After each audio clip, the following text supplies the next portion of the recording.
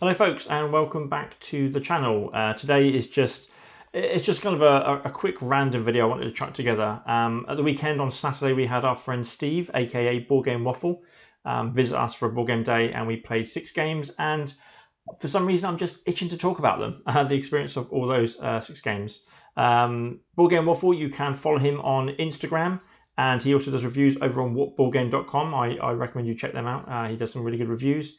But yeah, let's get stuck into these 6 games that we played on Saturday. So first off was, what I like to do is to get the sort of biggest, the hardest one to get set up on the table before any guests arrive. So it's always organised of what we're going to start with. And Andromeda's Edge by Cardboard Alchemy is a firm favourite of all 3 of us. So in fact, it was the first game we played on his last visit. It's just an awesome game. And normally, partly due to the space it takes up on the table, me and my wife normally just play it a 2-player. We've only ever played it 3 players with Steve. So I think I joked just before he was coming that did we want to set that one up again? And we did. And it was a really good game, really fun one. I can't remember who the other people, who my wife and Steve played as, but I was the Plutonians, which is fun for a person like me who is constantly distracted and forgets things, because I kept forgetting to move the die around on their clock. I had to be reminded. I had to move it 2 or 3 times because I'd forgotten the last 2 or 3 rounds. But they have this really cool ability where when it gets to 12, you can move up a track 3 times, any of the 5 tracks. And I thought, this is going to be great. I'm going to move up like 2 or 3 tracks throughout the whole game. No, I moved up 1 track once, right near the end. I think I made it to 3 o'clock on the second go round, and that was it. So that was abysmal, an abysmal waste of their abilities. But it was a really good game. We did find that we couldn't test the dice afterwards. The dice miraculously disappeared, which really worked out well for my wife. But she seemed to be incapable of rolling less than 3 6s every time she attacked us or the raiders. And worse still, when she rolled for the raiders, if we'd gone in for an attack on them, she rolled 6s for them as well. She couldn't help herself, and we just couldn't. We couldn't do anything about it. She was unstoppable. She went on to win. It is her favourite game. She is really good at it. And but yeah, she just 6s all the time. But yeah, really, really good game. We really played the short version because we wanted to get some more stuff done in the day. But it just, we've got the deluxe version, and it just looks so nice set up on the board with all everyone's ships out and the raiders. We had the sphere, but that never came into play. We had the ancient brain, which is my favourite one. We had the kraken, and we had the saucer, which I love because the saucer raider goes around. It basically kidnaps 2 of everyone's leaders that are still on the board and hoards them on its card. And the only way to get them back is to take that thing down. But the person who does the killing blow gets both their leaders back, and everyone else just gets 1. So 1 leader is lost forever out of the game. And I just really like that sort of thematic mechanic that it has going on. And the Kraken also has a really cool thing where it pulls people in from the adjacent systems when it does its attack. It just sends its massive tentacles out and pulls your ships in. And this had me nervous at one point because I wanted to build a development. If you know anything about the game, it's really good to get the different developments down. So you basically land your transport, do stuff, and then when you're ready to recall back, or if you go to the development office, you can basically put a building on top of that transport ship. You lose the ship for the rest of the game, but you have the benefits of the developments and everything around it. Oh my god! Yes, I think we forgot to add something to our score. This has just reminded me. Anyway, yeah, so I was really nervous because I was on a planet I was about to build on, and the Kraken was right next to me. I thought if someone kicks off an attack there, or if it strikes to another system, or one of the adjacent systems, I'm going to lose that position. So it made me do a panic development end game. But anyway, Andromeda's Edge, all 3 of us love it, and it was another enjoyable 3-player playthrough. After that, we went for a quick filler game. Now, I'd recently been sent a review copy of Catan on the Road, the new sort of card-based only version of Catan. But it's got a minimum player count of 3. So I took the opportunity while there was 3 of us at the table to get that out and teach it.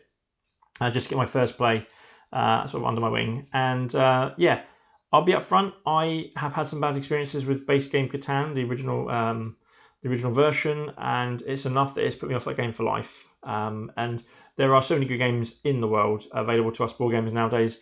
I don't have the time or effort to really try to find a way to like it. But when it comes to the card game version, I've had the experience of playing Monopoly Deal, which is a way better version of Monopoly. So I figured maybe this is the same, and it is, in my opinion. I really like this card version because it is super quick to set up, easy to teach, and it's over in 15-20 minutes. It's a very fast-paced game. First player to get 7 points just ends the game. And what I really like about it, and it kind of in sort of the Catan-verse, if you will, the thing that I don't like about Catan, or one of the things I don't like about it, is if you're getting resources when you roll the dice. Obviously, there's a luck factor in that. You might not be getting the resources you want depending on what hex you're on and stuff, or you're sort of surrounding. But if people don't trade with you, which is what happened to me quite often, you're kind of stuck if you're not getting what you actually want. And in this game, it's still random luck because you're drawing from a deck and you don't know what you're going to get. But it happens so often in the game that you will end up getting stuff you need. Even if for the first 3 turns of the game, all you get is brick, which is what happened to me, I became known as the brick guy. But you can be sure that once they needed brick, they knew who to come to, and I was richer for it.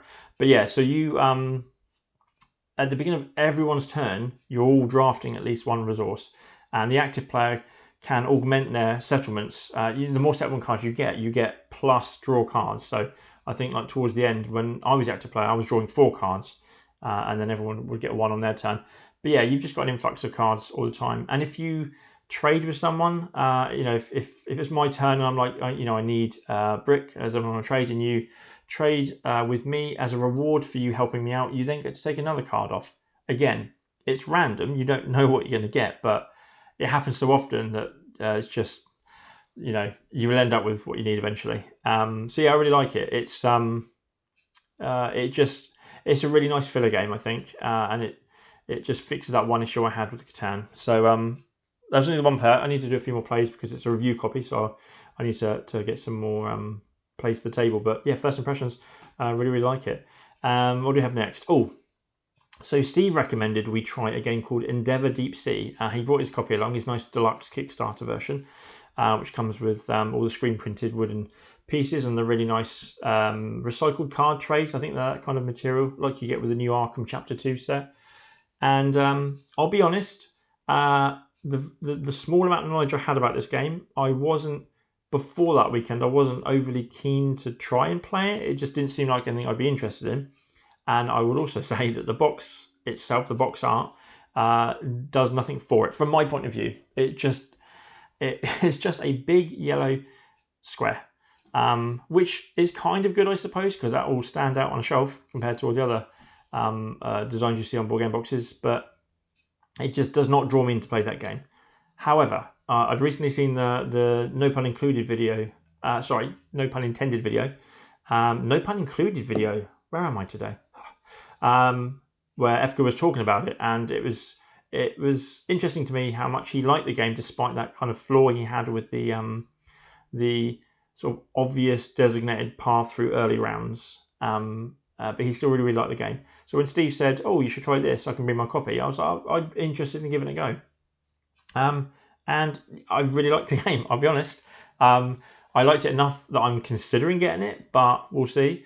But I will, anywhere I go, like a board game meetup with any people, if someone says, "We're playing a game of this, do you want to join?" I wouldn't hesitate. It was a lot of fun.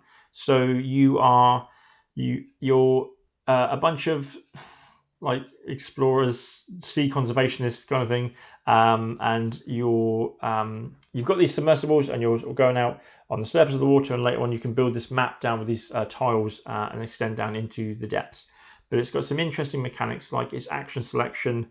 Predominantly it's all run off of these wooden discs, and you utilize them by placing them on your, I guess, employees that you've got in front of you. They've each got like a little slot for a disc, and then they'll do an action. And each person you have hired will do something different, like movement or conservation or sonar abilities. And you're sort of on your turn, you're using a disc to trigger that ability, and then move your submersible around the map, which is made up of a bunch of tiles. And each of these tiles is loaded with things you can do on it, multiple times. But But what's really clever about it is, and also it kind of leads into what Efka had the issue with as well, because I feel after playing it now, there is a kind of there is one of the 4 tracks you should probably concentrate on more. But there's these 4 tracks, and they start off in a very weak position where you can only do one of this, this, this, and this, and pretty much everything on the board tiles, doing anything, looking at anything on that board will just trigger increase one of those tracks by a point. And as you go through it, you go from being able to do 1 of something to 2 of something to 3 of something and so on. So you've got 4 tracks. Top track is all about the strength of workers you can hire. You can always take from that left-hand column, but they're very weak in their abilities. So you want to get stronger people that can do better things or do multiple things with just a single disc. Under that, you've got the beginning of every round, or at the beginning of every one of the 6 rounds, you get a supply of discs depending on where you are on that track. And the more discs you've got, because some of the actions don't just require you to place a disc for an action, but you also have to then cover up something on the board because you've done that and no one else can now.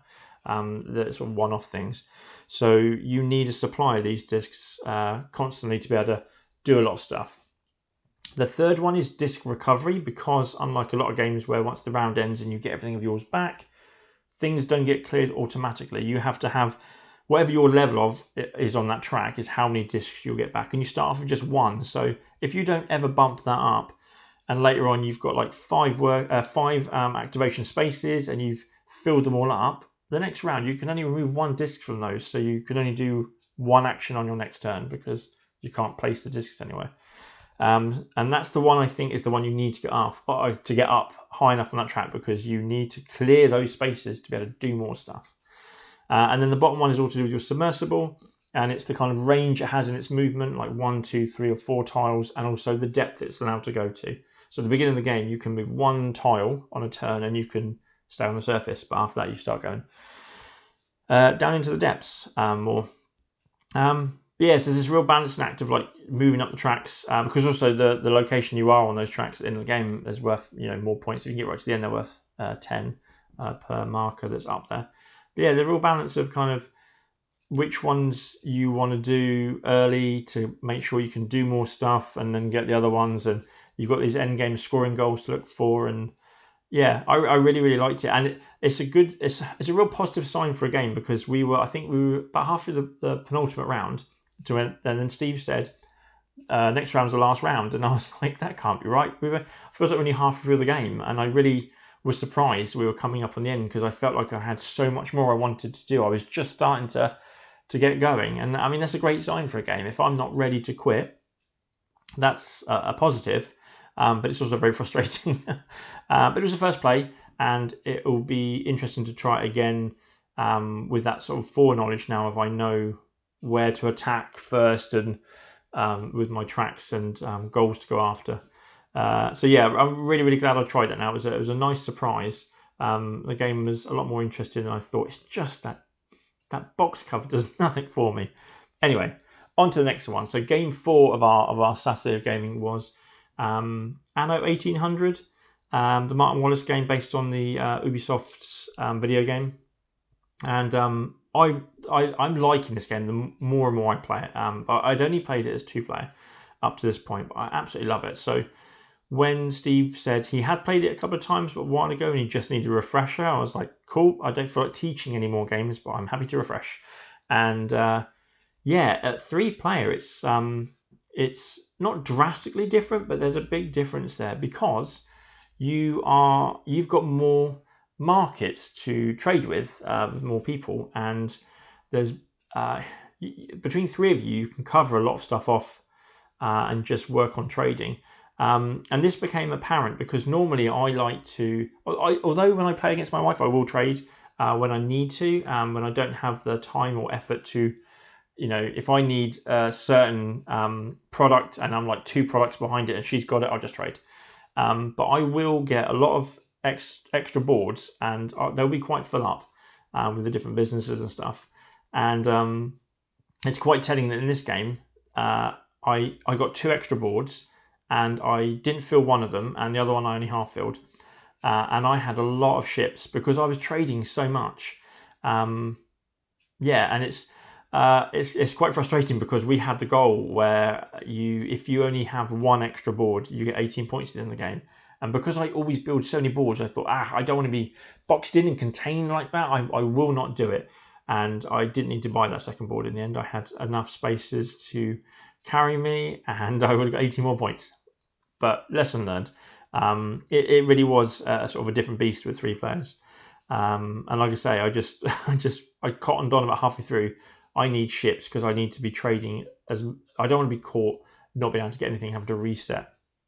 So yeah, really different game.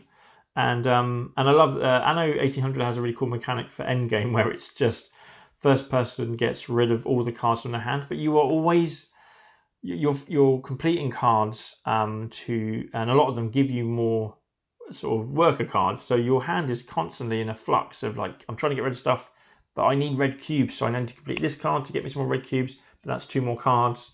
And then you've got the expedition cards. No, sorry, they don't count. You've got the cards you get when you travel to the New World and get those extra boards. You always get 3 extra cards as well. So you're constantly getting these cards coming in, but you're trying to get it down. But anyway, I got caught short this time. I'm normally really good, especially with those cards where you get to sort of shed cards and you get rid of the dead weight that you're struggling to get completed. And I've quite often caught my wife off guard because she's suddenly like, "You've got how many cards left?" And I'm like, "Yeah, I'm going to end it in 2 turns." And this time, I had so many cards in my hand when the game was triggered, and I think it was just getting caught out with how the 3-player game was actually quicker than our 2-player games because across my 2 opponents, I could just speed through and get more things done because someone had something that I needed. Hence why I built so many boats. But yeah, I really liked it at 3, and it is a different game at 2. But this is going to be on my top 50 at the end of the year. I'm just thinking about it. I want to play it again now, and it's not a short game. But 3-player was a lot shorter than 2-player. But yeah, really like Anno 1800. Fantastic. After that, we were going to do a filler because that was kind of a heavy thinking game. But then we decided, screw that, let's just play Heat Pedal to the Metal. Can never say that. And while we were setting up, I discovered that I've not played this game since August 2024, our copy, and I think it was December 2024, I played in a board game cafe. And I was shocked at that because I really like Heat, but we just don't play it enough. At home, obviously, a lot of times it was 2-player. It does have the Legends deck, which I think works amazingly. I've never had sort of like AI controlled opponents work so effortlessly.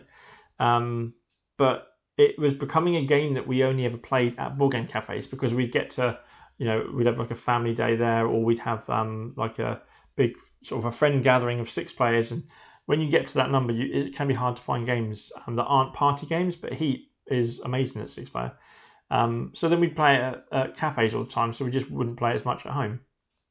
So when Steve suggested it, it was like, oh yeah, I really want to play that again. And what a race it was. We did the France track. I qualified right at the back. I think my wife was in 3rd and Steve was in 4th. And it took me an entire lap, and I managed to get from last into 2nd. And there was a space between 2 corners, half around the lap on the 2nd lap, and I did get 1st. I just eked out for a little bit, but then my wife used the slipstream on the next go and got past, and I just could not catch up. My engine was running so hot, and I kept pushing in 3rd gear and chucking through some low cards so I could stay in that, hoping that I would have enough to do a nice boost at the end. And it was so close at the end. I crossed that line only a few spaces back. If I'd got I think I did a boost at the end, and it just wasn't quite enough to take the win. So close. But yeah, that was a real fun game. It was. We've only ever played it at 6 with all people, or 2 with 4 Legends cards. So it's nice to have another person in there as well. So it's not just like a head-to-head race and the AI is doing what it does. It was nice to have 2 people to be more nervous about their decisions in the game. So yeah, that was really good. And then we ended it with another game. I tried to keep the first game as the one that's a mission to set up and tear down, but we ended up doing it again right at the end. Steve he'd not played the Twisted Paths expansion with the Dark Tablets for Lost Ruins of Arnak.